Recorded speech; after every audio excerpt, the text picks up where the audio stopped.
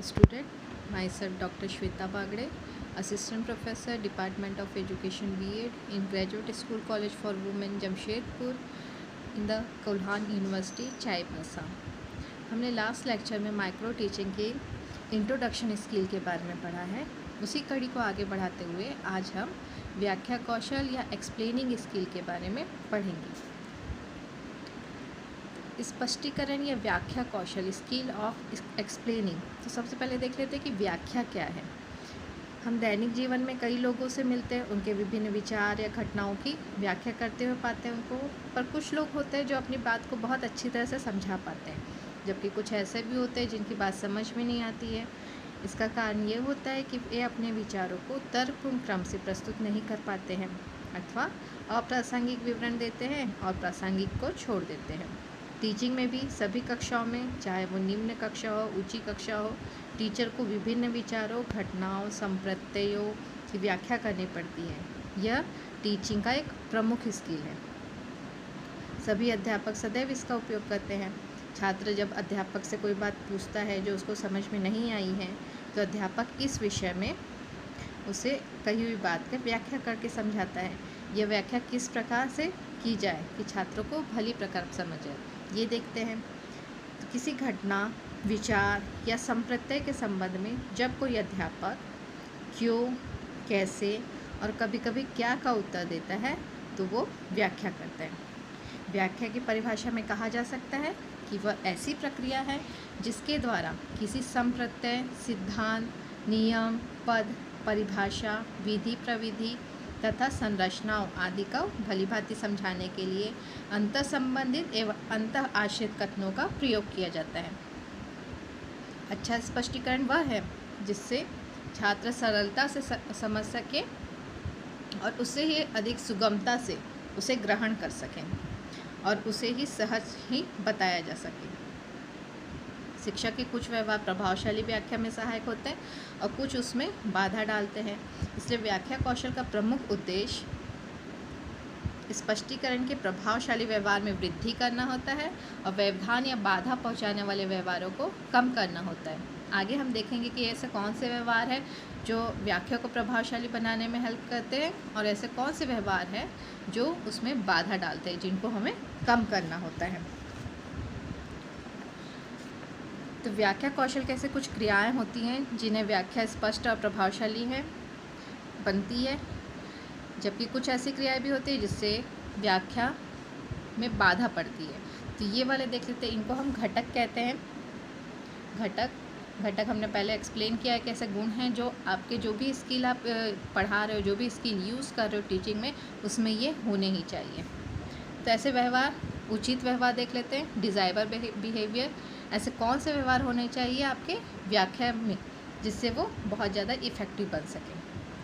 सबसे पहला है प्रारंभिक कथन और एक और होता है कंक्लूडिव स्टेटमेंट, बिगनिंग स्टेटमेंट और कंक्लूडिव स्टेटमेंट। तो ये दोनों को एक साथ देख लेते हैं हम।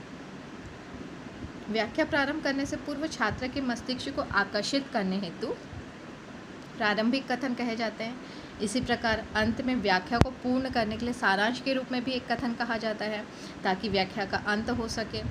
इस कथन की व्याख्या से भले ही सीधा संबंध नहीं होता है आपकी व्याख्या का, लेकिन फिर भी इसका प्रभाव बहुत अच्छा पड़ता है, जिससे आपने जो व्याख्या की है, जो समझाया है, वो बहुत अच्छे से समझने में उनको सहयोग मिलता है। तो प्रारंभिक कथन मानसिक रूप से छात्रों की व्याख्या के लिए तैयार किया जाता है और समाप्ति कथन का सारांश प्रस्तुत करने के लिए, इसलिए उससे उनको आसानी से याद हो जाता है। तो ये दोनों स्टेटमेंट ज़रूर होने चाहिए आप जब कोई भी चीज़ की एक्सप्लेन कर रहे हैं। तो दूसरा है घटक आपका विचारों को जोड़ने वाले शब्द।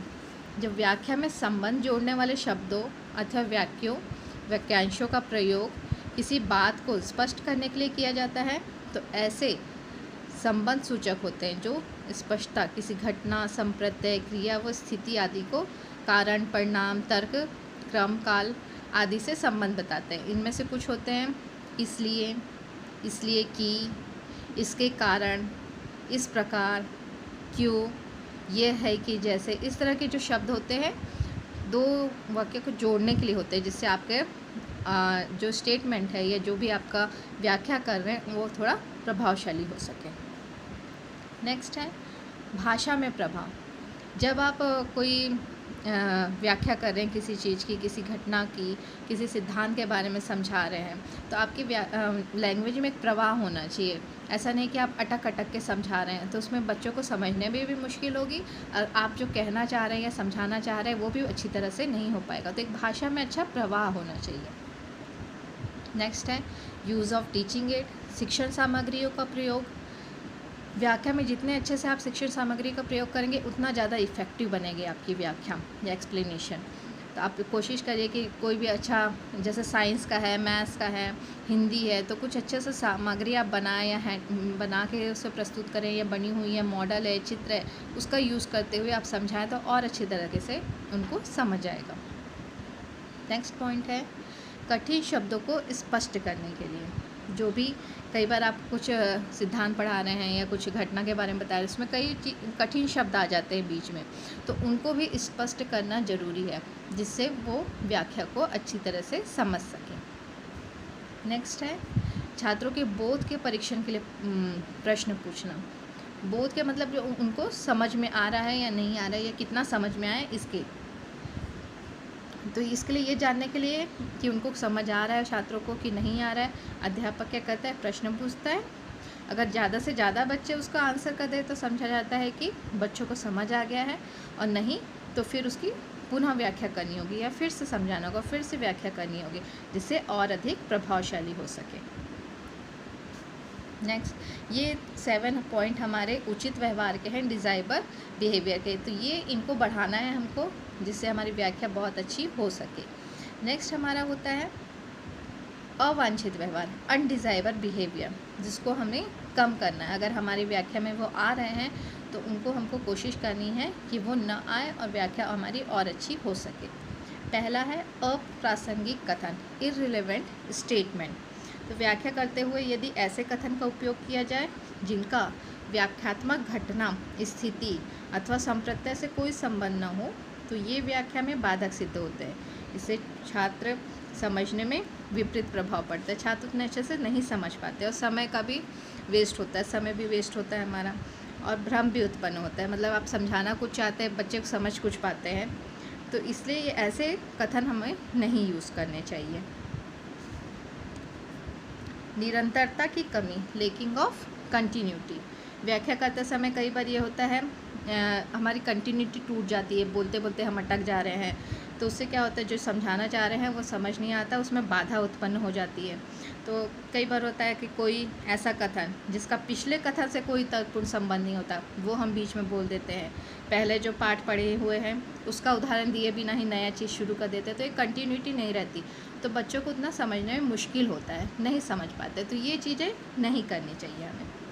नेक्स्ट है सहजता का अभाव, लैकिंग ऑफ नेचुरलनेस। तो जब अध्यापक व्याख्या देते हुए आधे वाक्य का प्रयोग करता है, अपने बीच में ही कथन को बीच बीच में चेंज करते रहता है, बोलते हुए हड़बड़ाता है, वाक्य को अधूरे में छोड़ देता है, या अपनी पहली बात को पूरे किए बिना ही दूसरी बात शुरू कर देता है, तो इसमें लैक ऑफ नेचुरलनेस होता है। अपनी बात को पूरी तरह से नहीं कर पाते हैं, बीच में ही व्यवधान पड़ जाता है, तो इससे हम आपकी व्याख्या को छात्र नहीं समझ पाते। तो ये वाली चीज़ें भी नहीं करनी चाहिए। नेक्स्ट है हमारा अस्पष्ट शब्दों और वाक्यांशों का प्रयोग। व्याख्या करते समय कई बार अध्यापक ऐसे शब्द या वाक्यांशों का प्रयोग करता है जो यह दर्शाते हैं कि अध्यापक स्वयं स्पष्ट नहीं है कि वो क्या कहना चाह रहा है या क्या नहीं कहना चाह रहा है, वो कुछ भी बोलते हुए अपना वाक्य पूरा करना चाहता है। तो ऐसे अस्पष्ट शब्दों को या वाक्यांशों को प्रयोग से हमें बचना चाहिए, या ऐसे प्रयोग नहीं करने चाहिए। जैसे कुछ होते हैं कि संभवतः, बहुत थोड़े, लगभग, इस प्रकार से, तो थोड़ा इससे बचना चाहिए हमको।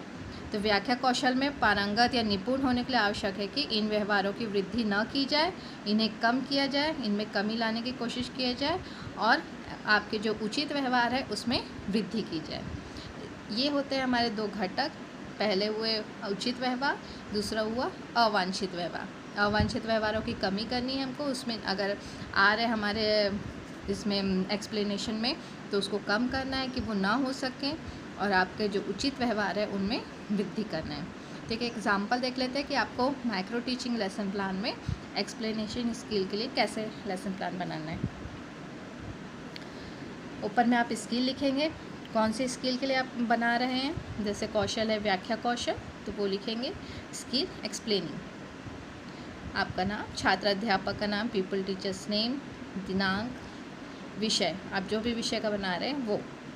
फिर कक्षा, जिस भी कक्षा के लिए आप बना रहे हैं उस कक्षा का नाम, कालखंड, पीरियड या कालांश भी बोलते हैं हिंदी में, तो आप किस पीरियड में पढ़ा रहे हैं वो, और समय अवधि या समय कितने मिनट का है वो। नेक्स्ट आपका रहता है प्रकरण, टॉपिक। तो यहाँ आप जो भी आप टॉपिक पढ़ा रहे हैं उसको लिख के अंडरलाइन करेंगे। फिर आपका टेबल इस तरह से बनेगा, टीचर्स एक्टिविटी और स्टूडेंट एक्टिविटी और कंपोनेंट। टीचर्स एक्टिविटी में आप जो भी कथन कर रहे हैं, एक्सप्लेन कर रहे हैं या समझा रहे हैं उसको कथन करके बताएंगे। उसके बाद दूसरा है स्टूडेंट एक्टिविटी, अगर आपने बीच में एक क्वेश्चन किया है, जो भी क्वेश्चन किया तो उसका आंसर बच्चे करेंगे। और घटक में जो जो आपके घटक यूज़ हो रहे हैं कंपोनेंट, उनके नंबर डालेंगे। तो इस तरह से आपका लेसन प्लान बनेगा। फिर इसका मूल्यांकन किस तरह से होता है ये हम देख लेते हैं। तो इसके कौशल के मूल्यांकन के लिए अनुसूची की सहायता से किया जाता है। वो अनुसूची इस प्रकार की बनती है, पर्यवेक्षक अनुसूची व्याख्या कौशल के लिए। ऊपर में डेटा रहेगा आपका कि दिनांक कौन सा है, समय किस समय है, छात्र अध्यापक का नाम, रोल नंबर, कौन सा पाठ पढ़ा रहे वो, कक्षा, और पर्यवेक्षक का नाम, जो भी सुपरवाइज़र आपको सुपरवाइज़ कर रहा है, ये देख रहा है आपका लेसन, आप उसका नाम रहेगा। फिर नेक्स्ट इधर आपका रहेगा अध्यापन या पुनः अध्यापन। माइक्रो टीचिंग आपका स्टेप में देखा है कि पहले टीचिंग होती है, फिर पृष्ठ पोषण मिलता है, उसमें कुछ कमी रहती है तो फिर से अध्यापन होता है, पुनः अध्यापन होता है। तो इस तरह से आपका अध्यापन है या पुनः अध्यापन है, उसमें टिक होगा। उसके बाद टेबल आपका इस तरह से बनेगा, जिसमें पूरे घटक एक तरफ लिखे रहेंगे और यहाँ स्कोरिंग रहेंगी 0, 1, 2, 3, 4, 5, 6। 0 से 2 तक के में बिल्कुल नहीं, मतलब ये कम हो रहा है यूज़। प्रारंभिक कथन का आपने यूज़ किया है या नहीं, तो किस लेवल पे यूज़ किया है, बहुत अच्छा यूज़ किया तो 6 नंबर, नहीं यूज़ किया तो 0, ठीक ठाक ही था तो 3 या 2। इस तरह से पर्यवेक्षक उसमें गोले करेंगे। उसी तरह से ये पूरे आपके घटक दिए हुए हैं कंपोनेंट, जिसमें 1 से लेके 7 तक के जो घटक है वो हैं उचित व्यवहार वाले। नीचे हैं अप्रासंगिक कथन, निरंतरता की कमी, सहजता का अभाव, ये लास्ट के 4 हैं अवांछित व्यवहार, इनका कमी होना चाहिए, ये व्यवहार नहीं होने चाहिए, और उचित व्यवहारों को आपके वृद्धि करनी है। तो इस तरह का आपका टेबल बनेगा जो पर्यवेक्षक मूल्यांकन करेगा। लास्ट में रहता है टिप्पणी, अगर पर्यवेक्षक जो भी टिप्पणी आवश्यक समझे तो वो उसमें दे सकता है। तो इस तरह से होता है आपका व्याख्या कौशल। तो उम्मीद है आप लोगों को समझ आ गया होगा। अगर कुछ डाउट है तो आप लोग पूछ सकते हैं, फिर हम इस पर और लेक्चर ले लेंगे अगर नहीं समझ आया तो। Thank you.